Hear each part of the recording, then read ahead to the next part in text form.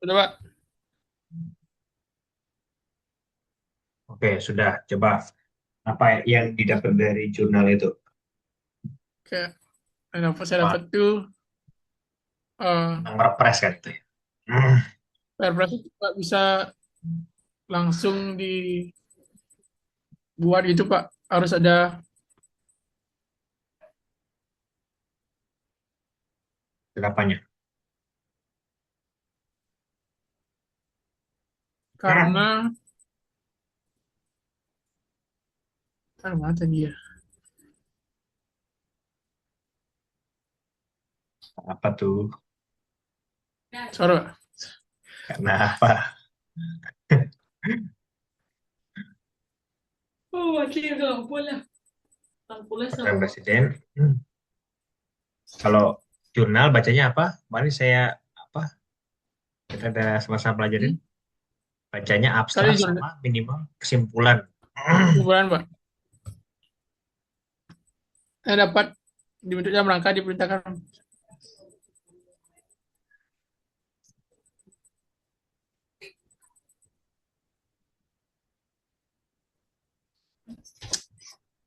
Itu Perpres tidak boleh bertentangan dengan Undang-Undang Dasar. Eh, Iya. itu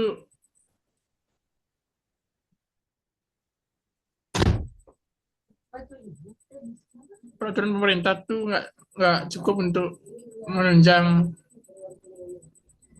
nggak bisa berdiri sendiri, harus didampingi Perpres biar kuat gitu Pak posisinya.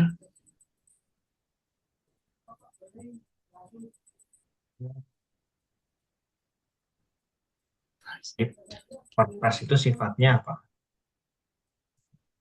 Sifatnya Jadi kepada internal ya, internal Pak. bukan bukan eksternal.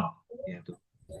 Ya meskipun banyak penyalahgunaan perpres pada faktanya, tapi kalau misalkan kita balikan kepada teori ataupun undang-undangnya ataupun aturannya, ya memang seharusnya perpres itu hanya untuk internal aja gitu.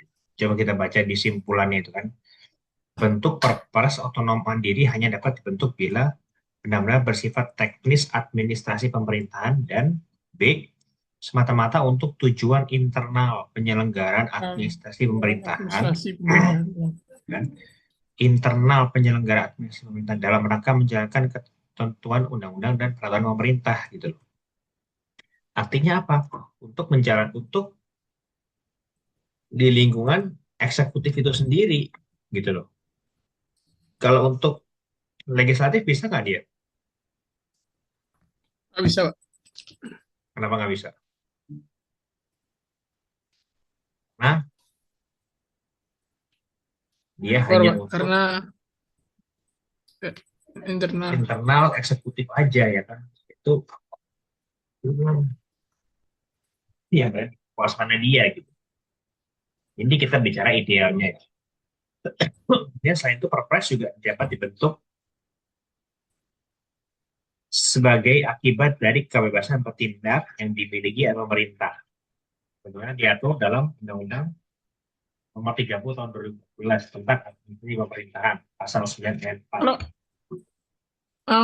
Perpres misalnya di peraturan presiden, eh, misalnya ada Perpres perampasan aset gitu Pak, itu bisa digunain kan Pak, lebih kuat dari undang-undang, maksudnya dasar hukumnya jelas untuk nyita-nyita aset gitu Pak, kalau dari Perpres yang buat.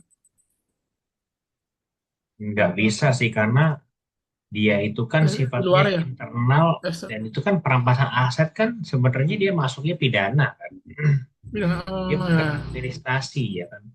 Jadi sesuatu yang pidana itu kan tadi harus diatur dalam koridor undang-undang gitu loh. Karena Oh, ya. dia dibuat oleh DPR kan yang mana dia adalah representasi rakyat, gitu kan. Kalau dibuat dari Perpres, dia tidak tidak masuk karena Perpres itu dibuat oleh presiden aja, ya kan. Dan Ya, Pak. kemudian tidak ada representasi masyarakat dan juga tidak boleh, maka dari itu dia tidak boleh memuat sanksi gitu. Nah kan kalau perampasan aset kan pasti ada sanksinya kan. Ya. Nah, itulah yang tidak masuk sebenarnya ya. Ya meskipun kita tentu harus selalu menyuarakan tentang pentingnya undang-undang perampasan aset supaya penegakan atau pencegahan korupsi di Indonesia itu bisa semakin baik gitu kan. Kalau perampasan aset diundangkan, ya pasti lebih mudah untuk memasukkan koruptor dan juga memeriksa adanya fraud ataupun korup di sebuah lembaga atau abuse of power misalkan seperti itu. Dan juga bisa meningkatkan preventif gitu loh. Orang jadi takut untuk melakukan korupsi, suap, gratifikasi dan lain sebagainya. Nah, itu ya. Nah, kemudian kita lanjut sebagaimana diatur dalam Undang-Undang Nomor 30 Tahun 2014 tentang Administrasi Pemerintahan Pasal 9 ayat Pemerintahan. 4, sepanjang memberikan kemanfaatan umum dan sesuai dengan asas-asas umum pemerintahan yang baik. Nah, ini intinya ya. Sebagai kontrol dalam pembentukan Perpres, Mahkamah Agung memiliki kewenangan untuk menguji Perpres, baik sebagai perintah undang-undang, pelaksana PP, atau penyelenggaraan kekuasaan pemerintahan, Kekuasaan. atribusi langsung.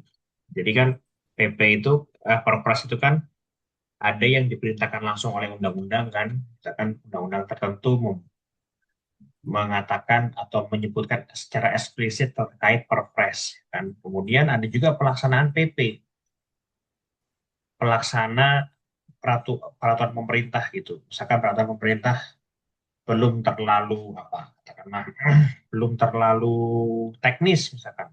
Nah, itu bisa dibuat dalam bentuk PP atau sorry, dalam bentuk Perpres maksudnya. Nah, kemudian kalau misalkan ada masalah ya bisa diuji di Mahkamah Agung menggunakan judicial review kan. Nah, kemudian kita lanjutkan karena Mahkamah Agung tidak hanya dapat membatalkan peraturan di bawah undang-undang, namun juga terhadap undang-undang dasar. Ya meskipun kalau misalkan kita baca lagi ya apa ada permasalahan lebih jauh lagi sebenarnya kalau perpres itu bentuknya seperti undang-undang maka dia dalam kondisi tertentu bisa juga dibawa ke MK gitu loh kalau kata Prof. Jimli. Cuman itu syarat dan ketentuan itu sangat-sangat ketat gitu. Nanti bakal kita bahas di Mahkamah Konstitusi ya. Nah, kemudian pengaturan mengenai kewenangan ini didasarkan pada pasal 31 Undang-Undang Nomor 5 Tahun 2004 dan Perma. Kemudian permohonan hak uji material tersebut dapat diajukan dengan dua cara, yaitu langsung ke MA dan diajukan langsung melalui PN atau petun setempat. Ini ya ini sebenarnya perbedaan pendapat ya. Dibilang bisa, karena kan kalau petun kan harusnya Hmm. pres gitu loh, keputusan presiden bukan peraturan presiden. Nah, Tapi ya ini kita hargai pendapat si penulis di dalam jurnal tersebut. Nah, balik lagi ke sini, jadi perpres itu adalah ciri-cirinya merupakan peraturan pelaksana dari PP atau langsung dari undang-undang ya. Kemudian mengatur teknis pelaksanaan tugas eksekutif seperti pembentukan tim nasional, kan. Kemudian kayak misalkan ada apa, staf ahli gitu-gitu kan, atau misalkan apa dewan pertimbangan dan lain sebagainya gitu. Perubahan struktur kementerian, misalkan kementeriannya jadi tambah wakil menteri, ada 2 atau 3 wakil menteri, atau petunjuk teknis pelaksanaan. Dan kemudian dia tidak memerlukan persetujuan DPR, sama seperti PP atau peraturan pemerintah. Kemudian Inpres, instruksi presiden. Ya ini sebenarnya bukan termasuk peraturan perundang-undangan dalam hierarki Undang-Undang 12 tahun 2011 ya, tapi sering digunakan. Jadi semakin berkembangnya ini ya, hukum di Indonesia semakin banyak juga nama dan bentuk-bentuk aturan yang dibuat oleh presiden. Ciri-cirinya adalah bersifat instruksi langsung dari presiden kepada bawahannya, menteri, kepala daerah, dan lain-lain. Ya, sebenarnya ini kan instruksi secara hierarkis ya, kayak misalkan dari atasan ke bawahan. Ya. Misalkan bos ngomong ke manajer atau manajer ngomong ke supervisor, tolong lakukan ini. Nah, itu namanya impres di sini. Kalau dalam sistem ketatanegaraan namanya instruksi presiden. Jadi hanya berlaku kepada orang tersebut aja gitu loh. Hanya berlaku kepada misalkan gubernur, oh, sorry, ya bisa gubernur, bisa menteri, bisa dirjen, bisa kepala apa yang setingkat menteri seperti itu bisa. Kemudian tidak memiliki kekuatan hukum umum dan mengikat ke publik, hanya bersifat internal administratif seperti itu. Jadi dia nggak mengikat ke Mas Brian atau ke saya gitu. Nah, saya kan bukan penyelenggara negara kan, ya hanya mengikat ke orang tertentu itu gitu. Kemudian digunakan untuk mempercepat pelaksanaan kebijakan tertentu atau koordinasi lintas lembaga. Jadi digunakan tujuannya adalah mempercepat lintasi Hmm. atau koordinasi antar lembaga gitu loh. Jadi apa kalau misalkan tanpa impres dirasa akan ya lintas lintas menteri misalkan tidak ada koordinasi maka dibuatlah impres gitu meskipun ya kita tahu saat ini sudah ada namanya Menko ya kan Menko yang bertugas untuk mengkoordinasi antar kementerian seperti itu. Nah, contohnya impres tentang percepatan penurunan stunting ini kan ditujukan kepada lembaga-lembaga atau aparat yang berwenang gitu. Kemudian kepres, nah, juga bukan peraturan tapi konkret. Nah, kalau kepres itu apa namanya? Hmm? Kalau peraturan kan regeling ya, regeling. Ya. Tulisannya regeling, regeling. Tapi kalau kepres itu basicking namanya ya, Hmm, keputusan. ya. Jadi itu menjadi objek perkara di petun. Ciri-cirinya adalah digunakan untuk penetapan kebijakan bersifat individu atau kasus tertentu ya, bukan norma hukum atau bukan norma umum. Misalnya mengangkat pejabat, pembentukan panitia, pemberian tanda jasa, atau pengampunan. Ampunan kan bisa grasi, abolisi, amnesti, dan lain sebagainya yang kita bahas. Ada juga pemberian tanda jasa. Tanda jasa kepada siapa biasanya? Pahlawan, Tanda Pak. jasa. Siapa? Pahlawan. Betul, selain pahlawan siapa lagi misalkan yang diberi tanda jasa? Pak, itu WA kelihatan, Pak. Oh sorry, selain apa namanya? Selain ini apa? Orang berjasa. Atlet. Selain pahlawan siapa misalkan? Atlet, Pak. Kalau di dalam lingkungan siapa misalkan? Hah? Di lingkungan, di apa namanya? Lingkungan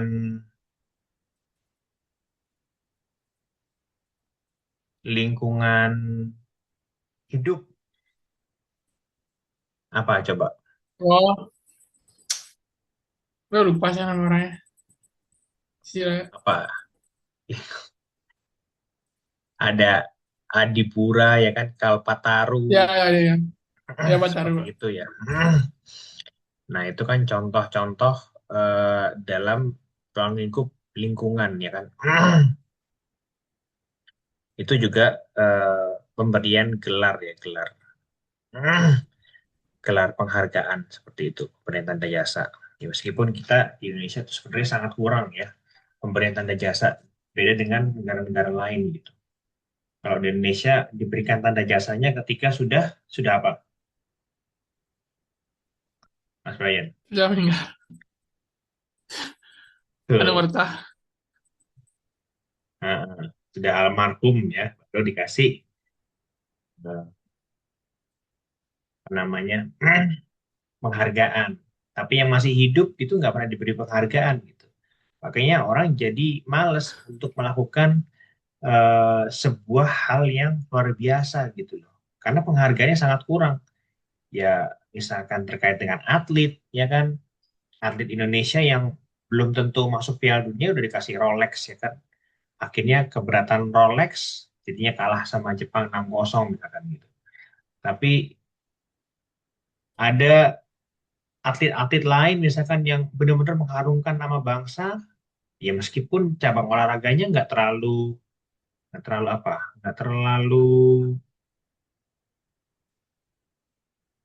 terlalu inilah, nggak terlalu diingat atau penting gitu atau Hmm. umum, tapi nggak dikasih apa-apa gitu kan. Nah, itulah yang menjadi masalah ya. Jadinya lebih banyak eh, kriminal atau perbuatan-perbuatan hukum pidana yang di blow up oleh media gitu. Karena ya kita juga kurang apresiasinya kepada orang-orang yang berjasa kepada bangsa kita sendiri. Terutama guru ya kan. Gimana kita mau Ya, apa? Seperti Jepang misalkan kalau kita tidak menghargai jasa guru. Ya baru-baru ini kan hari ini gaji hakim dinaikkan naik 20%. 280%. Oh ya, lurus. Nah ini kan Berapa tuh Pak ya? sebenarnya Kira-kira Pak? itu saya kurang tahu tuh. Artinya kan naik 3 kali lipat ya kan. Ya, Ya wah 10 berapa juta ya? berarti berarti JJ sekarang 40 juta. Ya sebenarnya ini Ih, tujuannya apa bener. gitu? Apakah untuk mengamankan kasus-kasusnya dia dan juga kasus-kasus eh, teman-temannya dia ya kan supaya apa? Ya Pak. Supaya dia itu aman gitu dari kasus hukum. Padahal kan harusnya lebih banyak atau lebih penting guru nggak sih? Guru atau infrastruktur yang yang sudah rusak itu diperbaiki, Bener Pak. tapi nggak ada apresiasinya sama sekali kan kepada guru, malah kepada hakim. Ya Guru-guru kita semua tahu lah tujuannya apa gitu kan. Kemudian, nah ini perbandingan singkatnya. pacaran. Ya, yang PNS Hakim senang ya, baru lulus. Iya, PNS Hakim sangat. pasti. Apa kepikiran jadi PNS hakim, Mas Bayan? Oh enggak Pak. Enggak ya. Ntar Nah, saya hilang loh Pak. Bukan bukan takut gini. Ntar sayanya hilang lagi. sebenarnya ya boleh ya kalau naikin gaji ya, naikin gaji hakim katanya nggak naik bertahun-tahun dan juga untuk menjaga integritas hakim is oke. Tapi berani nggak ngasih hukuman lebih berat kepada hakim gitu kalau misalkan dia melakukan tindak pidana. Nah itu baru keren. Sudah dinaikkan gajinya 3 kali lipat. Nah kalau misalkan dia ngelakuin korupsi atau apa, hukumannya dikali 3 kali lipat. Nah itu oke gitu loh. Ada preventifnya. Sekarang kalau cuma dinaikkan aja ya orang bisa menganggap Ntar oh Pak. ini mengamankan kasusnya dia nih supaya nggak diproses hukum. Kan gitu Hakim ya. gampangnya. Kecuali dia memberikan sanksi yang tegas juga kepada para hakim. Nah, ini contoh-contohnya tabel perbandingan singkatnya coba. Kayak Perpu misalkan kan. Perpu itu berarti Bisa. sifat dan tujuannya adalah ganti undang-undang dalam kondisi darurat ya kan. Kekuatannya atau kedudukan hukumnya sama dengan undang-undang. Butuh persetujuan DPR nggak? Ya, kalau Perpu. Setelah ditetapkan, support. Kalau sudah disetujui oleh DPR, jadi apa dia? Perpu. Jadi apa, Mas Wayan? Pak. Kalau Perpu sudah disetujui oleh DPR, dia jadinya apa? Undang-undang. Tuh. Kemudian PP sifat dan tujuannya adalah melaksanakan undang-undang secara teknis ya kan. Kekuatan hukumnya di bawah undang-undang gitu. Kemudian butuh persetujuan DPR nggak? Tidak kan. Dia sama dengan Perpres, Impres dan juga Kepres ya kan. Impres. Impres. Ke, Kepres ini pribadi nggak sih Pak? Maksud saya nggak di bawah surat di bawah tangan tuh. Hah? Terus nggak Berarti resmi mana? gitu. Apa resminya Pak? resmi juga. Kalau kita Hmm, bahas di sini, ini kan ada aturannya. Jadi pasti ya, resmi, ada surat presidennya juga, gitu. stunting. Nah, ini nah, kekuasaan tertinggi di atas AD, AL, dan AU. Silakan dibaca, Pak. Memegang kekuasaan tertinggi atas AD, AL, dan AU. Presiden memegang kekuasaan yang tertinggi atas Angkatan Darat, Angkatan Laut, dan Angkatan Udara. Penjelasannya, Presiden adalah Panglima tertinggi dalam sistem pertahanan dan keamanan negara. Meskipun kekuasaan operasional militer dijalankan oleh Panglima TNI, secara konstitusional, Presiden memegang otoritas tertinggi dalam segala keputusan militer dan pertahanan. Presiden memegang kekuasaan tertinggi militer. Presiden berwenang untuk menjalankan dan memutuskan kebijakan strategis pertahanan negara dalam situasi perang, darurat militer, dan konflik internasional. Presiden memiliki hak mengambil keputusan tertinggi, termasuk menyatakan perang dan membuat perjanjian pertahanan atau menyerahkan pasukan TNI, mengarahkan pasukan TNI. Panglima TNI hanya menjelaskan operasional. Kekuasaan tertinggi bukan berarti presiden memimpin pasukan secara langsung di lapangan. Pelaksanaan teknis dan operasional militer dijalankan oleh Panglima TNI sesuai dengan perintah Presiden dan hukum yang berlaku. Panglima TNI bertanggung jawab langsung kepada Presiden, bukan kepada DPR. Presidensial sistem politik sipil ini bagian dari prinsip bahwa kekuatan militer tunduk di bawah otoritas sipil. Dalam sistem demokrasi, militer tidak boleh lepas dari kendali dan presiden sebagai kepala negara dan pemerintahan menjadi pengendali terakhir kekuatan bersenjata. Konsekuensi praktis kewenangan presiden menyetujui atau menolak kegunaan kekuatan militer dalam negeri, misalnya operasi militer selain perang seperti penangkapan terorisme, teman-teman bencana, mengangkat dan menghentikan Panglima TNI dengan persetujuan DPR, memimpin rapat Dewan Pertahanan Nasional, menetapkan kebijakan alutsista alat sama sistem senjata, berhak menetapkan status darurat militer atau status perang.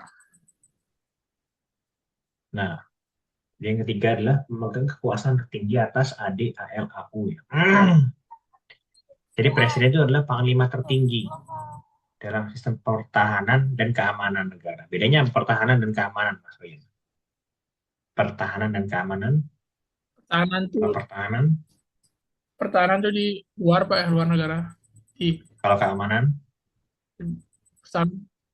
keamanan di internal negara. Kedua kalau sih pertahanan, internal, kedua sih, kalau pertahanan kedua siapa Pak, yang kedua bertanggung kedua. jawab? Kalau keamanan siapa? TNI Pak, Kalau keamanan, polisi Pak, betul. polisi. Nah, betul. Meskipun kekuasaan operasional militer dijalankan oleh Panglima TNI ya, secara konstitusional Presiden adalah memegang otoritas tertinggi dalam skala keputusan militer dan pertahanan. Jadi mau Panglima TNI-nya mau ngomong apa, tapi kalau Presiden ngomong A, ya kita harus nurut A, gitu loh. Meskipun itu dari sisi militer nggak tepat ya, kecuali ya ada kudeta gitu kan, itu beda cerita. Ya, Itu masuknya hukum tata negara darurat ya kan. Nah, Presiden memegang kekuasaan tertinggi militer. Presiden berwenang mengendalikan dan memutus kebijakan strategis pertahanan negara. Dalam situasi perang, darurat militer, atau konflik internasional, Presiden punya hak mengambil keputusan tertinggi, termasuk menyatakan perang, membuat perjanjian pertahanan, atau mengerahkan pasukan TNI. Nah, jadi Presiden bisa tuh menyatakan perang, ya kan? Kepada siapa? Ya, itu juga terserah Presiden membuat perjanjian pertahanan atau mengerahkan pasukan berapa TNI ini Pak? kemana gitu. Gimana? Saudara Bapak berapa tentara Pak yang kandung? Cuma kakak ya Gimana? Pak? Saudara Bapak berapa tentara yang kandung Pak? Oh, ada dua sih. Berapa bersaudara Pak? 7. Banyak ya. Banyak. Saya berapa bersaudara? Berempat sih. 7 tuh. Bapak anak berapa? Terakhir. Terakhir. Pantas ya kolonel jauh kali. Kalau Mas Brian apa? Terakhir. Pertama Pak. Oh, pertama. Pertama. Oh, oke. Berarti paling dewasa lah ya, Eh, keluarga ya. ya Anak yang kolonel ya. yang paling kecil umur berapa?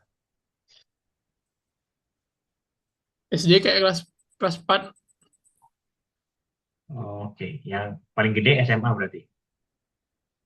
Paling gede baru kuliah semester 2, yang ketiga SMP nih SMA. Oh, kuliah apa yang kedua? Manajemen, Pak. Oke. Kan maunya masuk hukum, saya udah suruh. Nanti sama dong. Nanti buka law firm lagi. Kalau sama-sama hukum.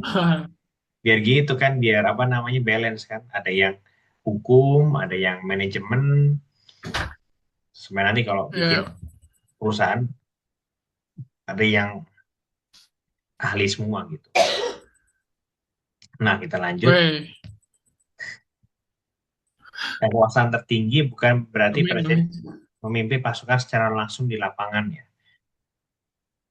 Jadi presiden hanya eh, memimpin di balik layar aja gitu. Meskipun bahkan presiden itu nggak tahu strategi perang. Oleh itu dia wajib ya, wajib punya ya ahli ya kan di bidang pertahanan ya kan supaya dia menjalankan pertahanan tuh nggak ugal-ugalan atau asal-asalan gitu. Kemudian pelaksanaan teknis dan operasional militer dijalankan oleh Panglima TNI sesuai dengan perintah Presiden dan hukum yang berlaku. Kemudian Panglima TNI bertanggung jawab kepada Presiden bukan kepada DPR. Artinya apa? Kalau Panglima TNI, berarti Panglima TNI itu ya meskipun dia di fit and proper test oleh DPR ya, Hmm. tapi dia itu bertanggung jawab kepada Presiden aja gitu. Karena Presiden itu yang menentukan, yang mencalonkan si Panglima TNI tersebut gitu. Meskipun selama ini Nggak naik, nggak naik bintang, Pak. gimana? Nggak nambah bintang, nggak pecah telur kakaknya. Belum, belum Gimana? pecah telur bintang. Nggak naik, nggak pecah satu bintangnya Siapa? kakaknya. Oh belum, Belum ya? belum lah. Nanti itu Harus dekat masih tuh, Pak. masih lama, Dekat masih mah Prabu. mudah-mudahan lah, mudah-mudahan. Kalau udah pecah telur nanti saya kasih tahu. Oh ya, Ya, Pak. masih muda, masih 40-an. Itu kolonel masih pintar, Pak ya? Iya, begitulah. Karena Wah, pendidikannya tapi harus ini kan harus apa intens kan dan harus akmil juga dari awal gitu. yang kedua, yang tentara kedua di mana juga, Pak? Di Angkatan Darat. Sama sama kayak Bapak. Yang satu lagi di Oh, Pak. Angkatan Laut sih. Ya, ya, Pak. Akmil semua berarti, Pak ya? Iya, akmil semua. Hmm. Nah, kemudian eh, kalau kita lihat Panglima TNI selama ini kan yang diajukan berapa, Mas Bayan? Pernah pernah perhatiin nggak Panglima TNI yang diajukan oleh Presiden itu berapa orang yang diajukan? Satu itu dua. Betul, satu aja sebenarnya. Satu ya, Pak. Nah, itu sebenarnya kurang kurang tepat ya dari sisi negara karena harusnya tuh dua dua gitu. Karena kalau misalkan satu satu gagal di fit and proper test gimana? Ya benar-benar, Pak. Cari lagi kan? Kan politik, Pak. Pasti lolos. Nah, itu masalahnya. Jadi seolah-olah yang dipilih presiden tuh pasti lolos fit and proper test gitu loh. Padahal kan nggak harus apa? Nggak harus begitu kan? Atau belum pasti kan dia lolos gitu. Tapi karena udah terlalu sering kayak gini, jadi siapapun yang jadi yang ditunjuk oleh presiden pasti dia jadi Panglima TNI. Padahal dia belum tentu lulus atau lolos fit and proper test gitu loh. Benar, Pak. Nah, ini ya kan yang menjadi masalah kan di sistem kita gitu loh. Padahal DPR itu perannya juga sangat penting untuk menilai nih apakah Panglima TNI, calon Panglima TNI ini eh, paham nggak nih terkait dengan sistem pertahanan, geopolitik di Hmm. internasional, misalkan kemudian kita harus mendukung kemana, apakah paham atau tidak gitu loh. Kalau misalkan nggak paham, nanti mau tidak diloloskan, mencoreng nama presiden, ya kan, jadi serba salah gitu loh. Apalagi DPR-nya mendukung mendukung presiden semua, jadi apa integritasnya jadi berkurang gitu kan. Kemudian presiden dan sistem politik sipil ini bagian dari prinsip bahwa kekuatan militer tunduk di bawah otoritas sipil ya. Jadi bukan supremasi militer seperti di negara-negara Myanmar atau yang lainnya seperti itu. Jadi supremasi atau yang paling tinggi tetap sipil. Dalam sistem demokrasi, militer tidak boleh lepas dari kendali sipil dan presiden sebagai kepala negara dan pemerintahan menjadi pengendali terakhir kekuatan bersenjata. Karena di sistem demokrasi kan yang memimpin kan masyarakat gitu loh, bukan oligarki, bukan otoriter. Ya meskipun pada faktanya ada oligarki kan, cuman kan secara di atas kertas gitu harusnya kan kita tetap yang memimpin kan. Maka dari itu harus dikuasai oleh sipil, nggak boleh sama angkatan bersenjata gitu loh. Kalau mau angkatan bersenjata, ya dia harus turun dulu kan kayak SBY misalkan. Udah, Udah dia ngerti. jadi militer, dia jadi presiden kan. Nggak bisa Ya, begitu. Kemudian bisa disalib kakak bapak sama Maher Jadi nanti. apa? Bisa disalib sama Maher Jadi kakak bapak. Itu mah nggak jelas itu. Dalam beberapa tahun bisa naik itu menurut saya nggak masuk akal. Prestasinya juga ya cuma gara-gara viral aja kan. Tapi Kalau dilapor masuk ke undang-undang militer apa bisa undang-undang kita misal kalau ada pasal yang di undang-undang dasar pak di undang-undang kita. apa tuh maksudnya? Misal kalau misalnya nih kayak ada peraturan eh misal apa naik jabatan TNI gitu loh. Itu yang nanti dipakai itu peraturan militer khusus apa peraturan undang-undang kita pak? Peraturan militer kalau misalkan kenaikan pangkat kan, kenaikan Hmm, peraturan militer. ya, ya, ya, ada yang lapor pak ya? Maksudnya diam semua TNI-nya pak ya? Ya harusnya ada yang berani lapor sih, meskipun pasti Ya sudah, perdebatan kan apakah ini kewenangan, apakah dia punya legal standing atau tidak gitu kan. ya sudah. Misalkan saya lapor atau Mayor lapor, Mayor Teddy, keputusan pemerintah mengangkat Mayor Teddy menjadi kolonel atau naik pangkat 2 tingkat, itu merugikan Mas Brian. Merugikannya di mana gitu kan?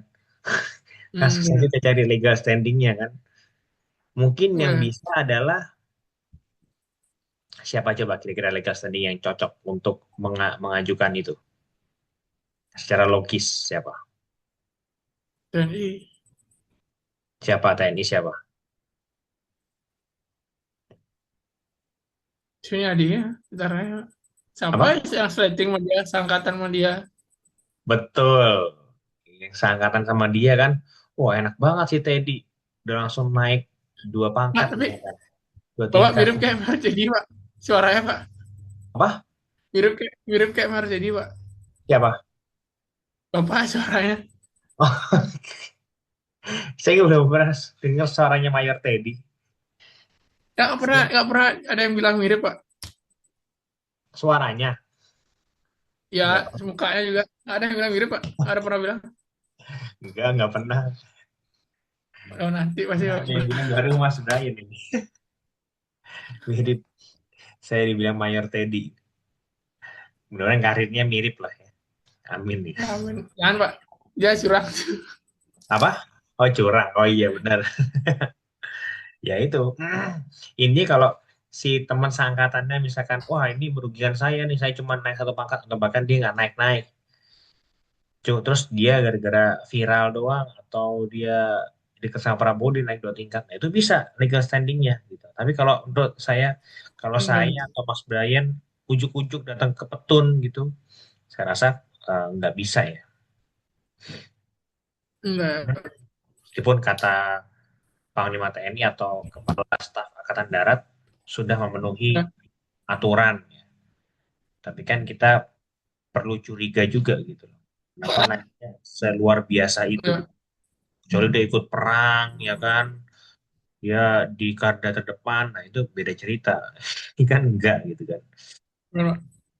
Kemudian konsekuensi praktis kewenangan presiden menyetujui atau menolak penggunaan kekuatan militer dalam negeri. Misalnya operasi militer selain perang, seperti penanganan terorisme atau bantuan bencana. Jadi operasi militer selain perang, ya misalkan di Papua ya kan, itu boleh atau enggaknya itu dia di tangan presiden.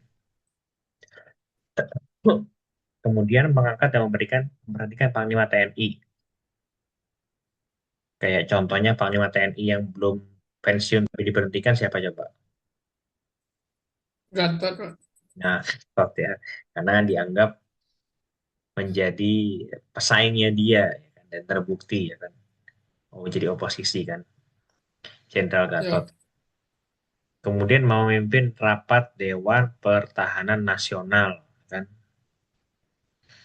Kemudian menetapkan kebijakan alutsista, alat utama sistem senjata. Setelah itu yang terakhir berhak menetapkan status darurat militer atau status perang. Nah, cuman ini nggak boleh nggak boleh asal ya. Kalau asal jatuhnya nanti kayak Presiden Korea. Ingat nggak? Tahu nggak Mas Ryan, Presiden Ya. Korea? Betul. Kenapa dia Presiden Korea? Itu kan darurat militer itu Terus dia di mengusulkan. betul. Nah, itu kalau sudah demokrasinya tinggi ya, demokrasinya bagus banget di Korea ya, berjalan gitu. Kalau di negeri Konoha, saya nggak tahu tuh apakah akan dimaksudkan atau tidak. Kalau saya rasa bakalan tetap dipertahankan karena ya mayoritas parlemen menyetujui atau menjadi mendukung pemerintah ya kan, mana mungkin pemerintah itu dijatuhkan di tengah jalan oleh koalisinya sendiri gitu kan. Seperti itu. Lanjut, silakan Mas Ryan. Menyatakan perang dan perdamaian dan perjanjian internasional dengan persetujuan DPR. Pasal 11 ayat 1, Presiden dengan persetujuan Dewan Perwakilan Rakyat menyatakan perang, membuat perdamaian dan perjanjian dengan negara lain. Penjelasan tindakan ini merupakan persetujuan politik dari DPR karena menyangkut kedaulatan negara. Misalnya dalam kasus konflik bersenjata, kerjasama pertahanan, atau penyelesaian konflik diplomatik.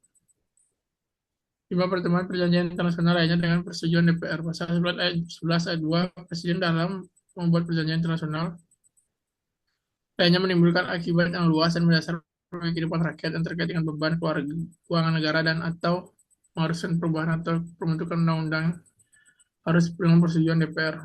Penjelasan, wewenang Presiden dalam hubungan luar negeri dibatasi oleh mekanisme checks and balances. Jika perjanjian terdampak besar, DPR harus menyetujui agar tidak merugikan negara, merugikan bangsa.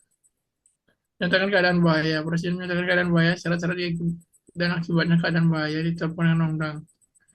Biasanya Presiden bisa menetapkan keadaan status darurat nasional seperti darurat sipil, militer, dan bencana, melaksanakan tunduk ketentuan Undang-Undang Nomor 23 Tahun 1959 tentang keadaan bahaya atau jika ada pemberontakan bersenjata, bencana besar, dan gangguan keamanan ekstrim. Nah, jadi ini wewenang apa yang keempat dan kelima dan juga keenam ya Mas Ryan ya. Itu menyatakan perang tadi hampir sama ya. Perdamaian dan perjanjian internasional dengan persetujuan DPR. Jadi